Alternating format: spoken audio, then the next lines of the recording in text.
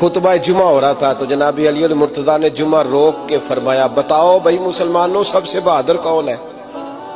بتاؤ۔ لوگوں نے کہا حضور آپ ہی سب سے بہادر ہے، زمانہ جانتا ہے۔ تو جناب علی رو پڑے، فرمانے لگے نہیں میں تمہیں بتاتا ہوں بہادر کون ہے، میں بتاتا ہوں کون ہے۔ میں جب اللہ مجھے توفیق دیتا ہے نا، میں حرم کعبہ جاتا ہوں تو میں جب خانہ کعبہ کے پاس بیٹھتا ہوں نا تو میں یہ والی حدیث یاد کرتا ہوں، یہ روایت میری آنکھوں کے سامنے آتی ہے، اس کو میں اپنے ذہن میں حاشیہ خیال میں لاتا ہوں۔ جناب علی المرتضیٰ فرمانے لگے میں بتاتا ہوں بہادر کون ہے۔ جناب کون ہے؟ فرمانے لگے ایک دن ایسا بھی آیا کہ مکے کے سارے سردار کٹھے ہو کے محبوب پاک پہ حملہ کرنے لگے، حضور کو گرا لیا نبی پاک۔ میٹھائی کھانا صرف سنت نہیں، پتھر کھانا بھی سنت ہے، صرف حلوہ کھانا سنت نہیں، پتھر کھانا بھی اس سنت کو بھی ادا کرنا۔ کہتے ہیں تھوڑے سے میٹھے چاول بھی کھا لو، کھانے کے ساتھ سنت ہے۔ میں نے کہا بھائی کبھی کبھی پتھر کھانا بھی سنت ہے، اس پر بھی توجہ کریں، اس کا بھی تھوڑا خیال فرمائیں۔ کہتے ہیں حضرت علی کے کفار مکہ نے نبی پاک صلی اللہ علیہ وسلم کو گرا لیا اور معاذ اللہ تشدد کرنے لگے۔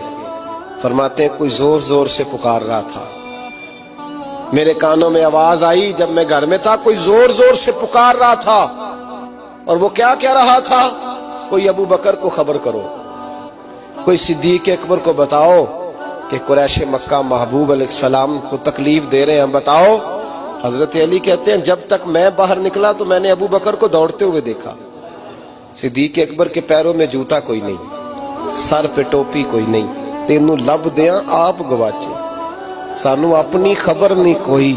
کہتے ہیں بھاگتے جا رہے ہیں، اور پھر جب صدیق اکبر پہنچے تو میں دوڑا آ رہا تھا اور منظر دیکھ بھی رہا کہ ابو بکر صدیق نے ایک کافر کو ادھر پھینکا، دوسرے کو ادھر پھینکا، تیسرے کو ادھر، اور ساتھ ساتھ فرماتے جا رہے ہیں ظالموں اسے مارتے ہو جو تمہیں جنت کا راستہ دکھاتا ہے، ظالموں ان پر تشدد کرتے ہو جو تمہیں جہنم سے بچاتے ہیں، جو تمہیں اللہ کا قرب دیتے ہیں، جو تمہیں دنیا کی آزمائشوں سے بچانے آئے۔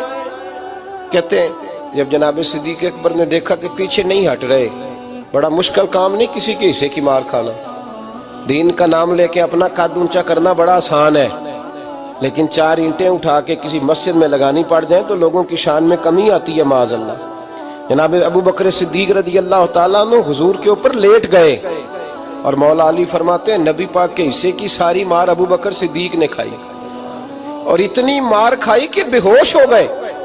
ان کے قبیلے کے لوگ آئے، اٹھایا، اور قبیلے کے ایک شخص نے کہا قریش مکہ یاد رکھنا اگر ابو بکر کو کچھ ہوا تو تمہیں بدلہ دینا پڑے گا۔ لے گئے۔ ان کی اماں کہتی ہیں ساری رات میں اپنے بیٹے کے زخم دھوتی رہی اور میں روتی رہی، ساری رات میں پٹیاں کرتی رہی اور میں پریشان رہی۔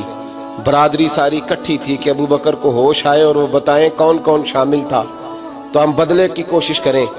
والدہ کہتی ہیں میرے دل میں خیال تھا کہ ابو بکر تو جب بھی اٹھے گا پہلا نام محمد عربی کا لے گا صلی اللہ علیہ وسلم، تو یہ تو ناراض ہو جائیں گے۔ کہتی خیال تھا کہ تھوڑی دیر کے لیے اپنے محبوب کا نام کبھی معاذ اللہ نہ لیں، برادری کٹھی ہے، میرے دل میں خیال تھا، لیکن کہتے ہیں وہی ہوا۔